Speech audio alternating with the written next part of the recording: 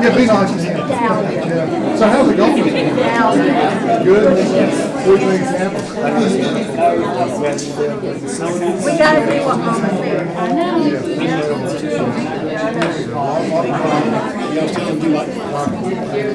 Yeah, that's right. I don't really know where the law stops. He take us different stuff. He take us different stuff. That's good.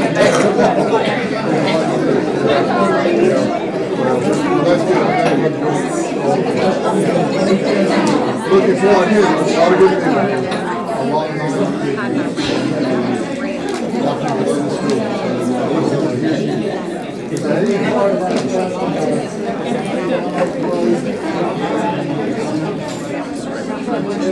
Pick up count. Yeah, towards the flowing years.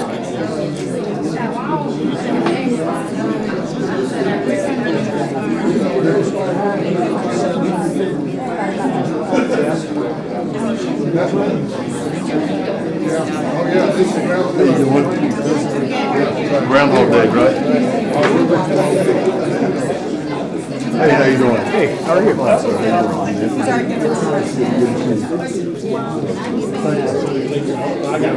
you doing? That's not here to ask first question. I know, where is Hope? She's got to ask the first question, man. She's only got a couple minutes.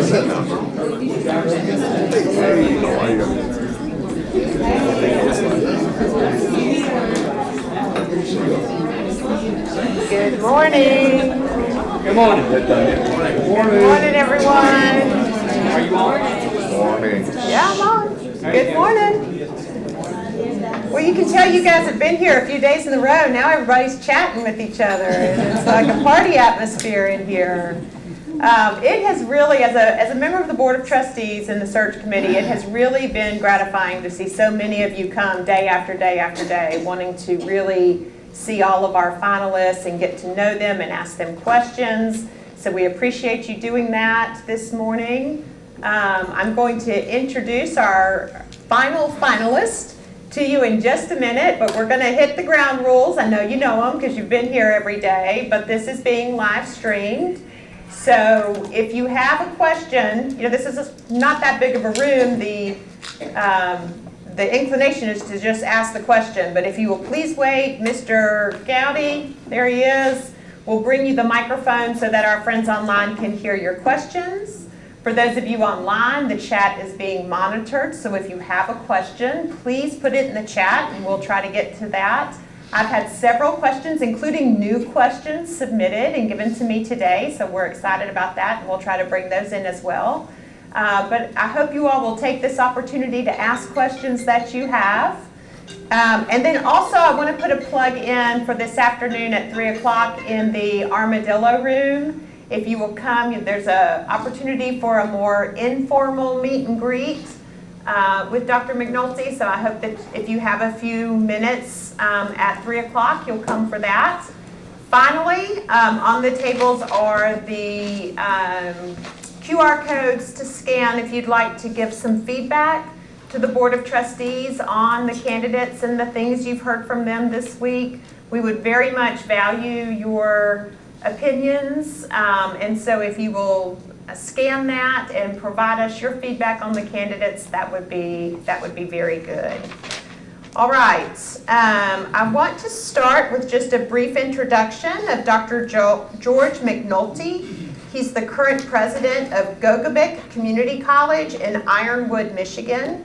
He holds a doctorate in educational leadership and a master's degree in counseling and educational psychology from the University of Nevada, Reno. Prior to becoming president at Gogobic, he was the vice president of student affairs at Colby Community College in rural Kansas. He has also held roles in financial aid, counseling and retention, and academic advising. He is a U.S. Army veteran, having served in Operation Desert Storm. Welcome. Thank you. And we'd like to give you a few minutes to introduce yourself in more detail and tell our audience anything you'd like to. Okay. Well, it's great to be here. Can everyone hear me? Yes. Okay. Well, I got to say that on our flight in, my wife and I, Christy, we were noticing how beautiful the area is. And I've been to North Carolina one time in Fayetteville many, many years ago. My brother was in the military and we visited him and his family there. And so I have about this much experience here in North Carolina. But obviously I'm here for a reason, I'm here for a purpose. And the places that I apply to, I apply for a good reason. And I really appreciated the profile, the job description. I've done research on the area, and we have 2 daughters, and I think it would be a great place to go to school. And so I want you to know that while I haven't been to North Carolina, I have done research here, and there's a good purpose and reason why I applied. So originally, though, I am from Northern California, born and raised there above Sacramento, about 60 miles. And I grew up in a very beautiful area. Northern California is beautiful. It's rivers and lakes and valleys, and I'm accustomed to being in environments that are naturally beautiful, and that is what is attractive to me. The Upper Peninsula, for example, in Michigan, is a very rugged country there, and recreation 24/7, and so the area is attractive to me because of that reason as well. It's the way I grew up. But over time, I have been in the community college system for going on 23 years now. I have a few years of K-12 experience as well. But the community college, I like to open with, has meant very much to me as an individual, because that is where I got my start. It is where I learned confidence, and it is a place where good things happen for people.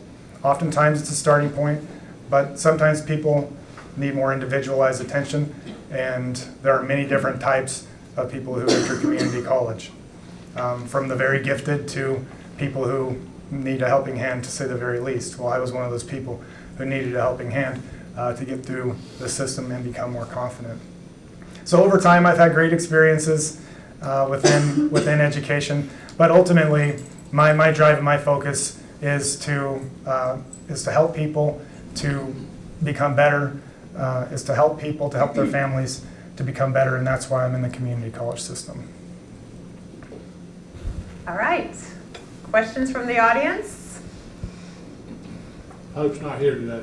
I know. One of our county commissioners has led off with the questioning, so everybody's unsure what to do without her. All right. I will start with a question that we received from members of our business community. I'm sure you've heard about how important campus culture is at Randolph Community College. It's important to the students, the faculty, staff, and the community. Bringing in a new president is a significant change. How will you ensure the campus and organizational culture are preserved through the transition? Well, this would be the 4th community college that I've worked for, or could be rather. So I bring that up because I have a very good understanding of institutional culture. Every place is different, and because I have knowledge of this, I also understand what I don't understand. I understand that it takes a significant amount of time for culture to be created, and a new person coming in, isn't just going to change that immediately. It takes many different ways to make that happen, and it takes the people that are working here to make that happen, because one person really doesn't make that change in and of themselves. And so I think my general attitude about culture and how it is developed would work nicely here, or any place, to be quite honest, because I have a mindset that knows that it takes time for these things to occur. And so my mindset coming in would be to learn from people and to determine how things have happened over time, but also to determine what do people hold dear and near to their hearts related to culture.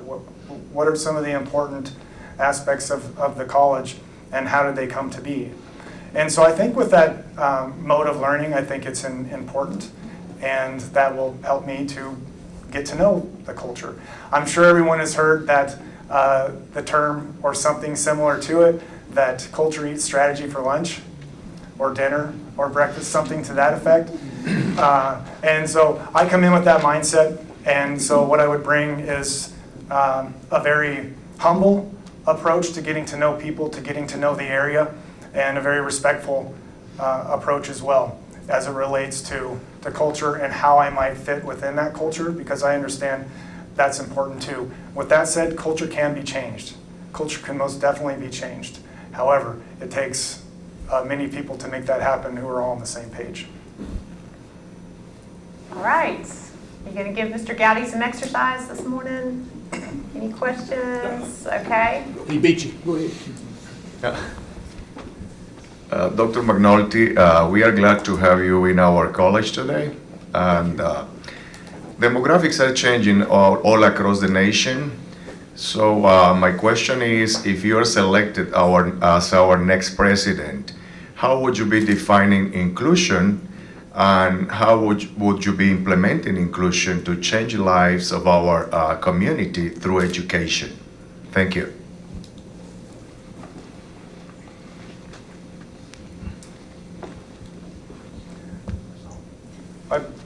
I do believe that things are definitely changing. In terms of the community college is rooted in inclusion.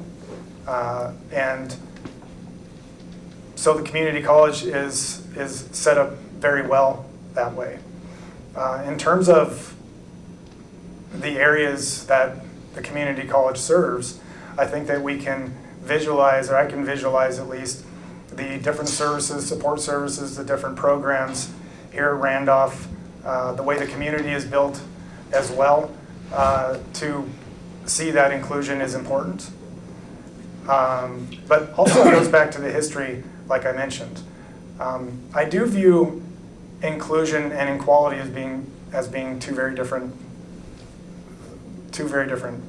areas there. Starting with the services and programs, we visited your program, and I think it starts very early on with people. In terms of inclusion, I know there are many different models out there, but I do think it starts at a very basic level, and that very basic level is the attitudes that we all share here. Some of the attitudes that we share are not promoted visibly. They're internal, and they're things that people can pick up on non-verbally without even needing to speak a word. And so I think inclusion, beyond the services, because I know there are many here, the inclusion starts with that perspective, from my opinion. And that is, we have to have these attitudes that inclusion is something that we believe in, and it's something that we never have to exactly say, but that we feel, so that non-verbally, people, when they walk through the doors of Randolph, they actually feel included. So that's a part of this, a big part of this, in my opinion. But we also have to set up our facilities for inclusion. Set up our facilities to ensure that it meets the needs of different student populations, different learners, people with different objectives, people with different ideas, art, theater. That is a very good way, especially from the art perspective, to demonstrate the differences in people and demonstrate that the college is open. So there are, within the structural perspective, there are many different ways to demonstrate inclusion. Data. Oftentimes, the black and white data isn't, exactly sexy, but it is very important. It's very important when we talk about inclusion, because then we're not guessing. We're able to make data-based decisions. I've gone on the North Carolina state system, and I understand the type of data that's there. It's very, very good data. And you're able to make some decisions, educated decisions, based upon what you see. So in terms of inclusion, one of the foundations is is data. We have to take a look at the data so that we have a good understanding of what's happening there, and decisions can be made based upon what we see. You're welcome. Hey, Dr. McNulty, Darrell Fry, I chair of our County Commissioner Board here. This school is, I'd say, number one in our development and recruitment and job training here in our county, our number one economic benefit. This school trains our firefighters, trains our EMS personnel, our basic law enforcement training. And this school, the county funds part of the salary for our president here at Randolph Community College. We have provided millions of dollars of capital improvements to this campus that you have toured. What is your association with the county commissioners in Michigan or any of your other locations? And was your school funded by the county, or is your school funded by the county now? So over the last 10 years, I've been in systems that are funded by the county, but it's a part of funding, and it's a three-legged stool. You have the county in Michigan now. You have the county. You have the state, which is the most significant portion of the funding. The state's nearly 50%. The county's roughly 13 or so percent, and the tax base, I should say, it comes from the tax base. And then we have student tuition and fees, the three main pillars of funding. And so, yes, I'm accustomed to that. However, the county and the two last, one current, one past places that I've worked for are largely funded by state appropriations. In terms of working with the county, which I would call draw down to cities. Cities are more what I work with personally. There's an overreaching county in Michigan where the college resides, Gogebic County. But I'm involved with working with cities within the counties to make up the total. And we've worked on some great projects, We, more recently than not, have worked with a international mountain biking association to etch trails in collaboration with the city into the ski hill which the college operates. And it's a really neat idea, but it's also a great collaboration with the Tourism Council, the college, and also the city, which is attached to the county. Now we have skin in the game because we've added some funding there towards a grant that is being written to make that become a reality. We also partnered with the city to do a new sign project in front of the campus, and it went from an older type wooden sign, which was very nice, by the way, to an electronic, state-of-the-art, what is happening now sign that gives us much more opportunity to promote the college. And we have many, many projects that we work on with our city partners. And so I would say I'm very accustomed and comfortable with that. And I also understand the importance of the partnership. You're welcome. all right, John, did you have a question? Yeah. Hang on, wait for the microphone, hang on. I don't think I need it. No, you do. I didn't. You need it for the people online. This is one of our trustees. Nice to have you here. Thanks for coming. I'm trying to search for your passion here, and it was really exciting to see that your college was very much involved in the skiing program and other non-academic types of things. And you combine that with your comment that everything that brings people to the college and brings diversity with it. I just wondered how passionate you are about that, and I'd love to hear about it. Well, I am passionate about I could just say very generally speaking, I'm very passionate about the role of the community college and the importance of an institution like this being in existence. So I think when I look at it from a top level perspective, I am very excited to be able to help people to help themselves to better their lives, which betters local, regional, and can spread from their workforce and economies. And so that is very important for me, and that is one of the components that drives me as a president. But also, in addition to that, what drives me as a president, what I'm passionate about is working with people to get things done. Because it's difficult as one person to move the needle if everyone else isn't on board. Well, rather, it's almost impossible to do great things without a collection of people who kind of have the same idea about how to move forward. And those are areas that are meaningful to me. And it starts way back. There's a history there for me that the community college helped to develop within me that helped me to get where I'm at today that still serves as my passion. Helping people is where it's all at.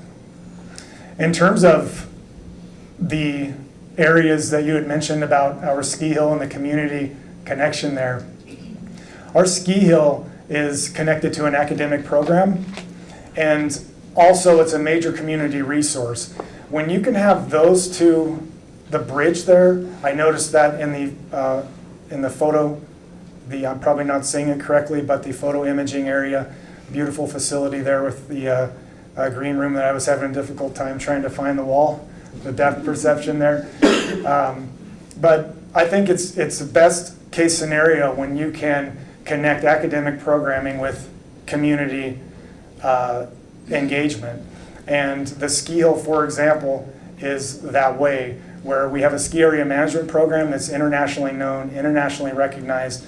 A lot of good work is done there, and one of the safest ski hills in the area, I might imagine, or I would talk about too.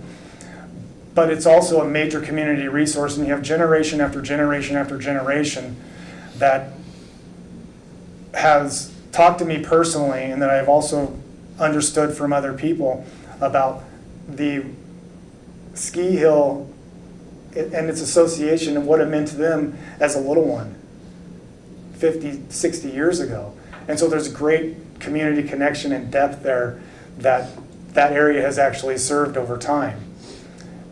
Also, in addition to that, we've just brought on very recently the snowmobile races. The cross-country national snowmobile race for the first time was held there. And so it brought people from all over the place on our hill there at Gogebic, which we do operate as well, own and operate. And the neat thing about it was training opportunities for our ski area management students, but it was also partnerships with the Tourism Council, the city, the college, the national association that does this to bring people in. That was very fulfilling. But another fulfilling part of it is it brought in over estimated $450,000 worth of revenue to the city. So connecting community, connecting academic programming can be used in that way. And so yes, I think my passion certainly does relate to what I had mentioned there too, but also in the development of how we can use facility and connect community engagement to that is also important too. You're welcome. Okay, we're going to ask a question that was submitted by a faculty member. What are some strategies and methods that you would utilize to increase college enrollment of the traditional student? They're talking 18 and above, not the early college. Okay. So 18, so we're talking, well, traditional, when I think about traditional and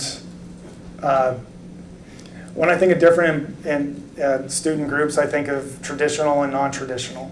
So if we're speaking about traditional, I'm going to assume that's 18 to 20 something. Of course, also, what is the non-traditional student now? You could be 22 years old and be a non-traditional student. You can be 19 years old and be a non-traditional student for that matter. But if we look through the iPad's lens, then we're going to look at the 18 to 24 population. And I've done quite a bit of research, and I understand that there is a significant population of students here that are high school aged, going through dual enrollment programs, early college, etc. One strategy, because it's such a significant number, or percentage rather, I'm unsure of the actual number at the moment, but I know the percentage, is such a significant percentage, then the analysis of how to convert students that are early college dual enrollment to students is something to look at. I'm uncertain what that percentage is right now in terms of converting early college dual enrollment to the college-going student after high school, but that is something to look at because it's such a high percentage of students. So I like to look at what I would call big data first, and big data first is where are most of our students living within the data that we're looking at. Early college is one of those areas. So converting the students over to college is an important thing to consider. It is a strategy. Another strategy that can be utilized in today's environment is the idea of virtual and augmented reality. I think it's something very important to look at, especially with the younger generation. Last year, over 10 million K-12ers bought virtual reality headsets, which nowadays even seem clunky to me, the big virtual reality headsets. I think it's going in a whole different direction other than that, but that's where we're at now. So I think looking at ways that we can use virtual and augmented reality within our programming and our services to attract the 18-year-old is something very much to consider, because that is what students are accustomed to from a very early age. Also, the way to attract students on a college campus is to have the valuable services and programs that are going to help students get to where they want to be and treat students well while they're here doing it. Going back to what I mentioned about inclusion, the attitude is verbal and nonverbal. And the attitude that we all share is extremely important in helping to recruit students. I believe that we are, as a collective, all drivers of helping to bring students in. Those are some areas. I've looked at your good to great. It's good to great, correct? That's a really neat idea. And I've looked at that, I've analyzed that. There are so many different areas there within good to great that I see over time that I imagine would have helped to improve upon the 18-year-old enrollment profile. I bring it up now here because I think it's really cool, but also because it's a planning structure, and you have to have a planning structure and a vision in order to move forward if you want to see results in the area. Great. Yeah. Okay, questions from the audience? Yes. Wait for the microphone, it's coming. Middle of the room. Budget question.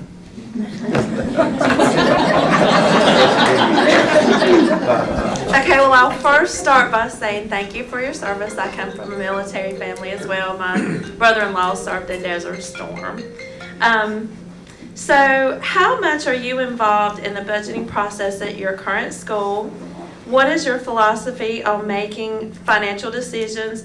And do you believe it's a team effort, such as consulting with your senior leadership team, or do you rely more on a select few when you're making those decisions?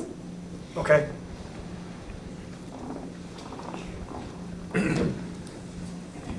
Well, I've been heavily involved in budgeting processes for the last 10 years. I mean, starting as a VP is when I really became involved in that. I was an interim director of financial aid for a little while too, and I guess that would have been the entrance point into budgeting. One fascinating thing to me is that throughout my career early on, I always wanted to be involved in budget. And I worked in systems where it was difficult to do that if you weren't in a particular position. And so once I finally became acclimated to it, I got to understand things better. And so the last 10 years is where I'll start because of the time in which I have been involved with it. And I can say that it's a little different as VP than as president. At the Gogebic Community College, our CFO and VP is a heavy influencer upon budgetary processes, and the president is helping to make decisions based upon information, but oftentimes isn't in the weeds of process. Now, with that said, it's important to be involved and understand auditing and how that process works, because the last few places I've been to anyway, if that isn't in check, then the college is in trouble. And if the college is in trouble with funding, financing, budgeting process, then it's going to impact teaching and learning. It's going to impact the reason we're here, student engagement and learning. And so I have a very comprehensive take on this, very comprehensive experience on it, because I've been involved through every phase of budgeting. In terms of making decisions, it's important to hear from people. So I guess to answer the question about, a select few versus more, it's a model. So if the model at the college is a select few, then there's a process supporting it. If the model is more maybe ground up, which could be considered ground up or could be considered parallel versus top down, then it's a process there as well. So the first statement on that is it depends upon the college's model.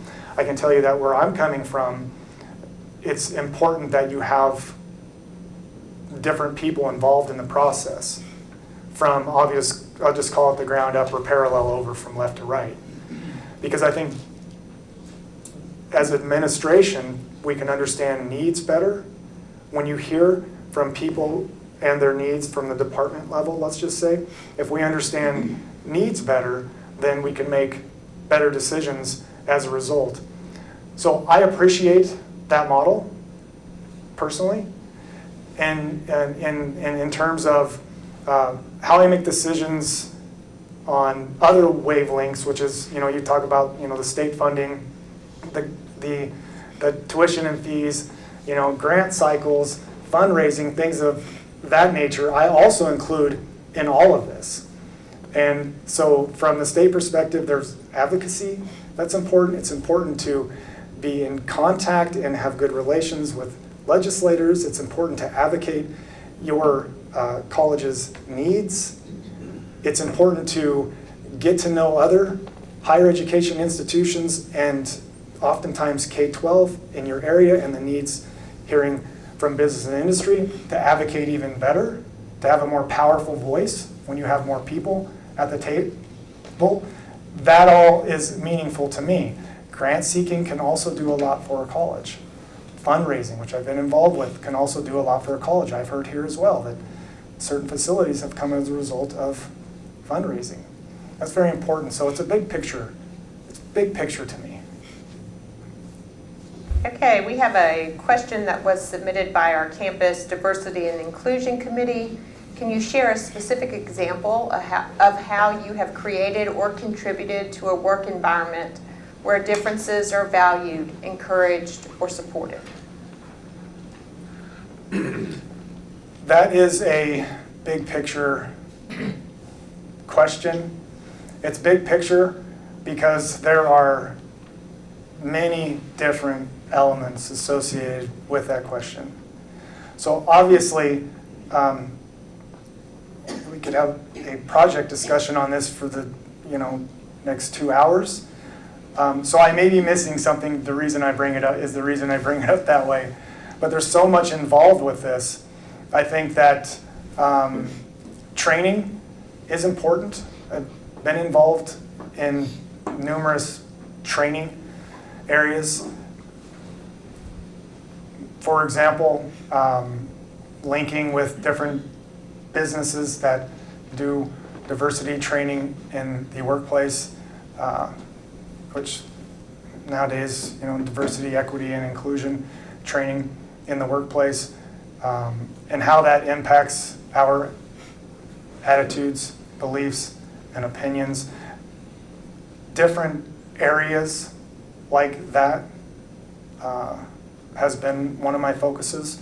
So, training is important. I've also worked in systems, president currently, or rather president in the past, where we have, in terms of training, online options with the different areas to become aware of. Now, those oftentimes can make people feel like they're checking a box if you're going through certain forms of training online during your own time. I can tell you that's the way it has made me feel personally. I think interaction, personal interaction, group interaction is very important. But those systems, those online training systems, are important because they offer flexibility. They're just not my favorite. I think also with this, planning is so important. At Colby Community College as VP, I was the initiator of the college's first diversity plan, and that was connected to our strategic plan. But that came as a result of people thinking and knowing that we really needed to understand better and be more involved with our community as it stood then and our students. And so a great motivator to making that plan a reality was input that we were receiving about the need in this area. I think demonstrating that shows that you're putting emphasis to, make things better in this area.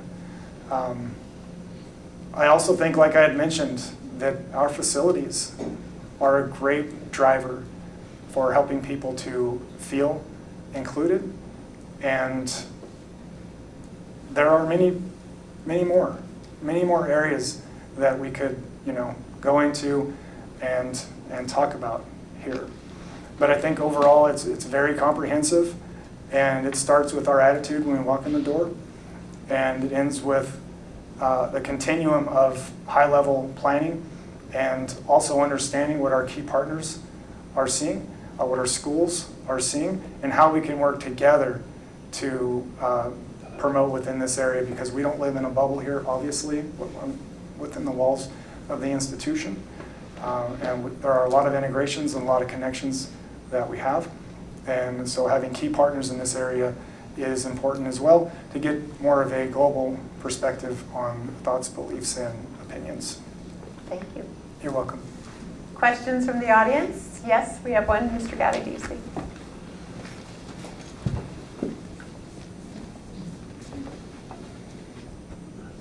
Thank you, and welcome to our college. I have a couple of questions, actually. First of all, you've talked about how the area enticed you to apply here. What about RCC specifically enticed you to apply here, and what, if anything, gave you pause about applying? And then second of all, our mission here is first and foremost to create opportunities and change lives amongst our students. What is your attitude toward supporting faculty and staff in that process?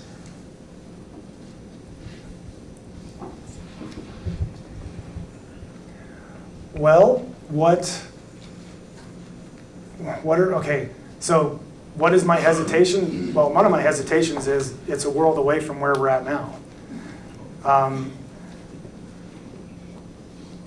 However, we're adventurous, but I say we, my wife and I, we are willing to make a move. Our minds are open, and like I've mentioned a couple times, we're not only adventurous, we're looking for a place to be and a place to settle and a place to stay. A place that feels comfortable for us, a community that welcomes people and makes people feel at home. So that's very important for us. And part of the personal is the professional. It's oftentimes difficult to separate the two. We can say we live in boxes and we can compartmentalize and everything. But the personal is bringing us here. The professional is the reason why I applied. But every time you look at a particular place to be, it's the total package. And so the people matter. The genuineness of people matter. The way people treat each other matter in the workplace. And so during my research, I had researched that people genuinely care about one another here. Now, is that based in reality or not? Well, that's what I've read. And since I've been here for the last several hours, I think I've experienced it, but it takes time. I think I've experienced a genuine, that people are genuinely happy here, and they're genuinely appreciative of one another. And that's important. When you say, I choose RCC, and why did I do that? Well, when I saw the word, the word in your good to great, which is radical hospitality, that is the first word, 2 words, that attracted me to this college when I was looking at that job description. And I know it's more than being hospitable to one another, since I learned after reading the job description, it's bigger picture than that. But that attracted me here because I think it's important, an important concept. And that's meaningful to me. It's also meaningful to me to have facilities that are set up to help students learn, both from an artistic perspective, an equipment perspective, the perspective where facilities are created for the future. And I saw that in research, but I've also seen that since I've been here. Now, obviously, there is work to be done everywhere. And so I feel like that perspective is important too. What can I do personally with the team? What can I do personally with the team and the community to help move the college forward? I believe that there are ways for me to do that. So it's big picture. And in terms of the last piece of the question about how to engage faculty and staff, well, there are many different wavelengths on how to engage faculty and staff. I do think that the basic of it is people genuinely like each other when they're at work. They don't have to be best friends. But I think that's an important consideration, at very least within interdepartmental, so that people work better together. I think if they genuinely like each other within the work perspective, I think that's important. And so ensuring in some way that there's some form of, whether you call it professional development or continuing education or training opportunities within that perspective, where people are in the same room learning about the same topic related to whatever that may be, is important in terms of faculty and staff, community, and the way we go about our business connections. And so that's a component. Just quite simply, it's nice to hear happy birthday. Having, someone that is responsible for, or a collection of people that are responsible for ensuring that people are recognized on their birthday, for example. And that whole system, there's a whole system of events there, a whole system of events that cascade from that idea. And we can call that a component or like kind and quality, we can call that a component of how to engage faculty and staff. Recognitions. Recognitions are extremely important, but what you might think or feel that a way of recognition is meaningful to you, another person may not. So understanding that there are diversity of people, and on the recognition side, some appreciate certain things and some appreciate other things. Like some people, they might could care less about being recognized on their birthday. They might make them think they're another year old or something, you know? So I think it's knowing the employees, hearing feedback on a continuous cycle to know where the gaps exist, because the data in this is important. If it's good data that we can rely upon to make change, then that is a component as well. So I thank you for that question, because it is one of the most important points to be made within this question. And that is, if you have employees who truly want to be here, your product of education is going to be superior. All right, we had a question submitted this morning. Please share your thoughts on college athletics. Well, I can tell you that athletics has been part of my personal life since I've been a little tiny one. So personally, I've been involved with athletics my whole life, starting very young. I've played a lot of different sports. I gravitated to football eventually, and played football in college as well for a few years. I also coached. I was a football coach. I worked both at the high school level and I worked at the University of Nevada, Reno for a little while as well. So I have that type of experience. Personally, I'm appreciative of athletics, but I got to tell you, professionally, I've been involved with athletics for many years. And I believe that athletics are important. You should consider having dorms, resident halls to support athletics if you truly want to make a commitment to that, but I've seen it done both ways. I've seen some colleges that bring in athletics and there are no residence life options. I've seen other colleges do quite different. It's an extremely heavy commitment if you're going to bring on athletics. But over time, I've been involved in both the support of athletics and also the creation of different ideas to accomplishment, because there's funding associated with this. There's also great pride that comes with it and great learning opportunities for students, because we think about student athletes competing on the court or on the grass, or nowadays in the lab like esports. But also it's a great learning and leadership opportunity for students to become better citizens, to become better people, to become better athletes.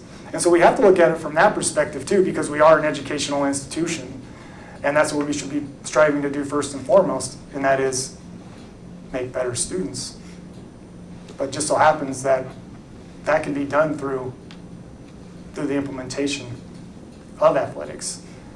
And so early on, I was a student athlete advisor. I advised softball and baseball programs. I was the go-to. One of the neat things that I created in the realm of advising during the time at Western Nevada College many years ago is I created the first remote option for students to go through advising, assessment testing, and orientation via remotely.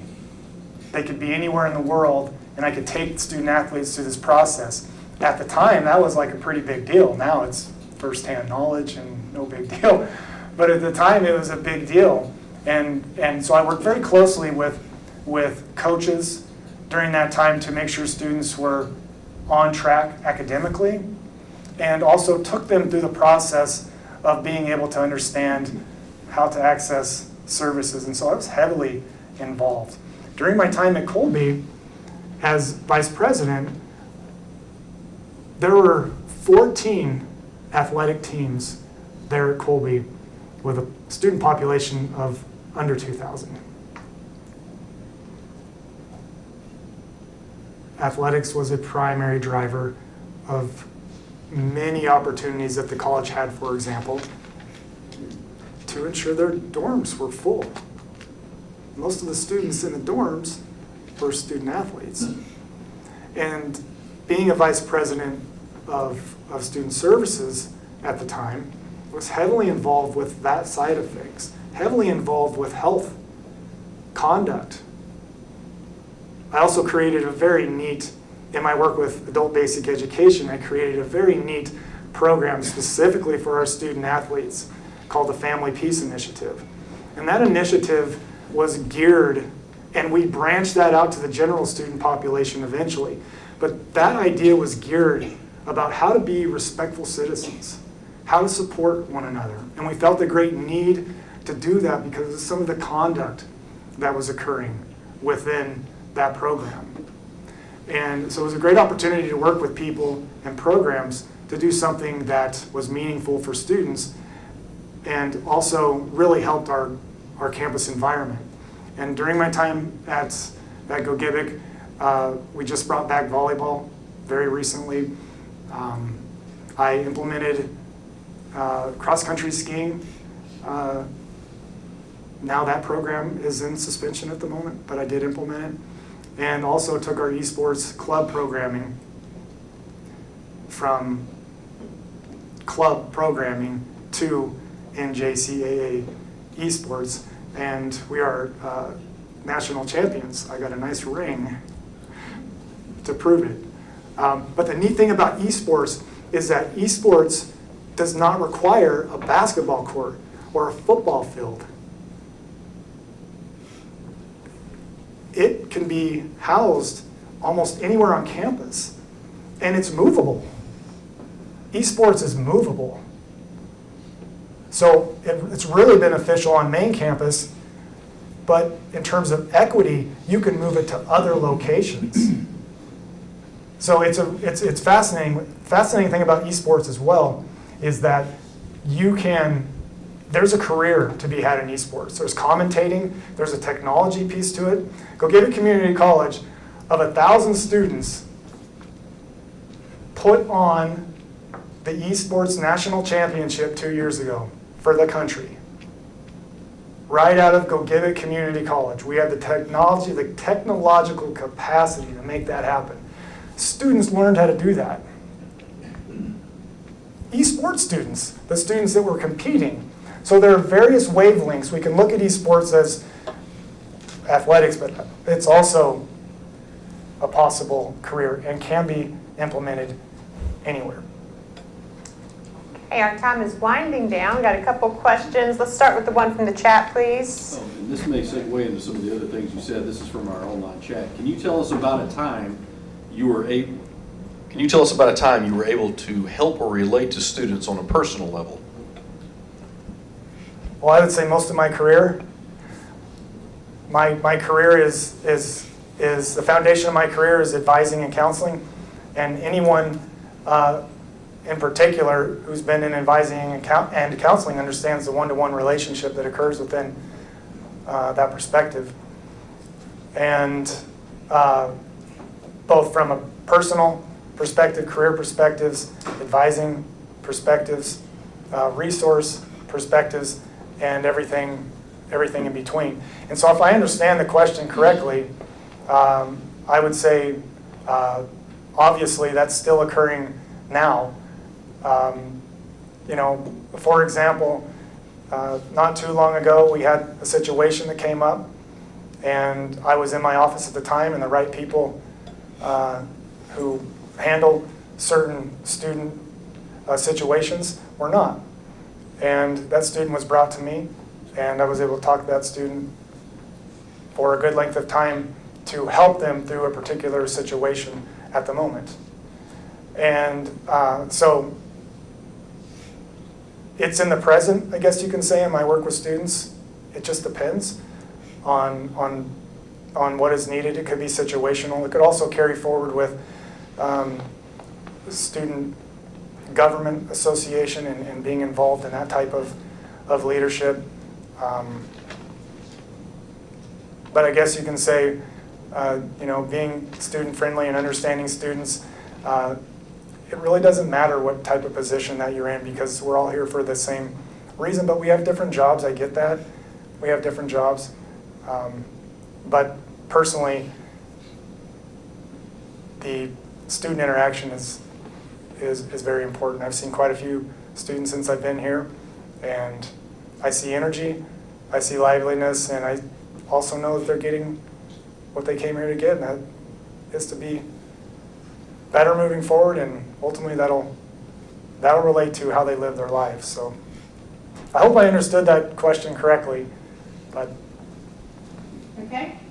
Okay, Dr. McNulty, one of the important responsibility or role our college has in the community is working with our business and industry sector to provide them with training, to help them with their workforce development challenges, and their to help them meet their organizational goals. Could you talk about how your experiences in terms of fostering and cultivating those partnerships in your existing role? And so. Sure. Well, there's definitely a personal perspective. Personally, as an individual, is also organizational structure perspective. And I've got to start, I've done the research and I have seen what is happening here in this area, the connection to business and industry, continuing education, workforce development, and adult basic education is one of the better. From an outsider perspective, looking into the website, areas that I've seen, and I've looked at a lot. So I want to say I want to give credit to the people who are working on that. It's extremely comprehensive, first and foremost. And I can see the connection to business and industry there and the importance of it. It's like a shining light off of the pages within the internet. It really is. So I think when we talk about that, it's important to have a mindset and connection to community, but also have a vehicle to promote it to people like myself who are doing research on what the college has to offer and where those connections can be had. I bring it up in this perspective because if you have a website, for example, that can help people understand and can promote the product of education better in everything that you're doing, then people can have a better understanding and you can utilize that technology to promote your product better. Recently at GoGibic, speaking to this, we implemented a new website, for example. And it went from it needed to change. It needed to change. So it went from a web platform that wasn't very user-friendly, nor was it exactly helpful to promote the college like we wanted to a shining star where we're able to accomplish both of those goals. In terms of the business and industry connection, I think reaching out to people in the same role, let's say CEO role, is important to understand where people are headed and what they need from the college. And so I think from the CEO perspective, it's important to be able to relate well with others in business and industry that are in a similar vein. And that is a starting point with this. I am out in the community. I am out reaching people, talking to people. I am out ensuring that I tour different facilities so I can see hands-on, like I've done here, what's actually happening. Most recently, we are working with a mining company, a global mining company, to ensure that the college is in the driver's seat to conduct training and educational needs for the employees that may be coming in. I say may because the project's been slated for many, many years. It's now becoming almost a reality. It's a $1.3 billion initial capital investment that's going to open 2 mining companies staggered over time. And we've been heavily involved with the management, the CEO, the leadership of that organization to ensure that we're going to be able to meet their training needs. So part of it is that perspective where you lay the groundwork, you get to know people, you lay the groundwork, you get to understand their needs so that there can be a relationship there. And that is very present, and it's very exciting for that area. And I'm so excited that there could be opportunity to bring people in, train people, and hopefully over time, those people that work there will have families and they will actually be there in the long term. Another real important area there that I'll go back to is having the right people to do the job, because we all have different roles. When I got to Go-Gibic, we hired the college's first workforce development director in 2019. Many great things have come as a result of ensuring that that program became a reality. And so you have to have the structure in place that is going to help you to plug in, or rather the opposite of that too, help business and industry to plug in. As a result, 2 really nice things have happened there as a result of getting that program up and running. One, we implemented mechatronics in our skilled trades building that houses welding. We also implemented at an outreach campus called the Copper Country in Houghton, Michigan, a couple hours away, a certified nursing academy. Those 2 programs, non-credit programs, came as a direct result of ensuring that that program was funded, hiring the right person, and then also listening to the needs of business and industry, which is a part of this. All right, so our time has expired. Kelly's given me the big "you're done" sign. Thank you all for coming out. I want to put another plug in for the candidate feedback. Please scan that and give us your feedback. Remember, 3 o'clock today in the Armadillo Room for a more personal meet and greet.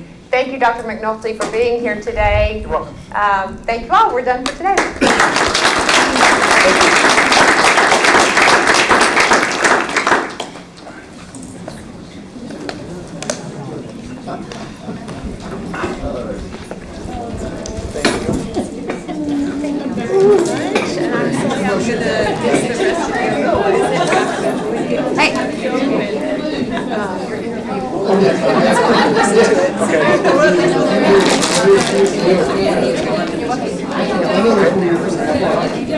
Okay, like in this general area? Shane, we gotta talk. I know, I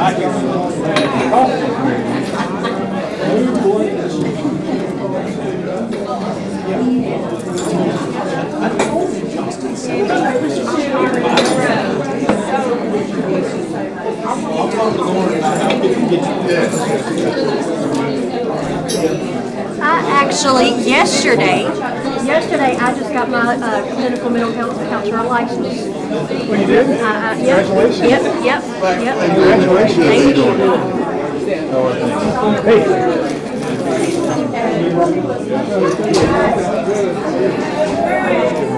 Yeah, she's going to come to the jurisdiction. Oh, yeah? Yeah. You know, it's a big old, mainly keeping in the box. It's so cool. Were you able to do that? Yeah, you know, we're just a club right now, so take it up. Just a club, yeah. But yeah, I think that's a big step up. Go for a ring. Yeah. And you can compete anywhere. Right? Yeah, they have a big competition in Raleigh, our campus here. I think it's once a year. They get together at the convention center and just a bunch of groups compete, so it'd be a lot of fun.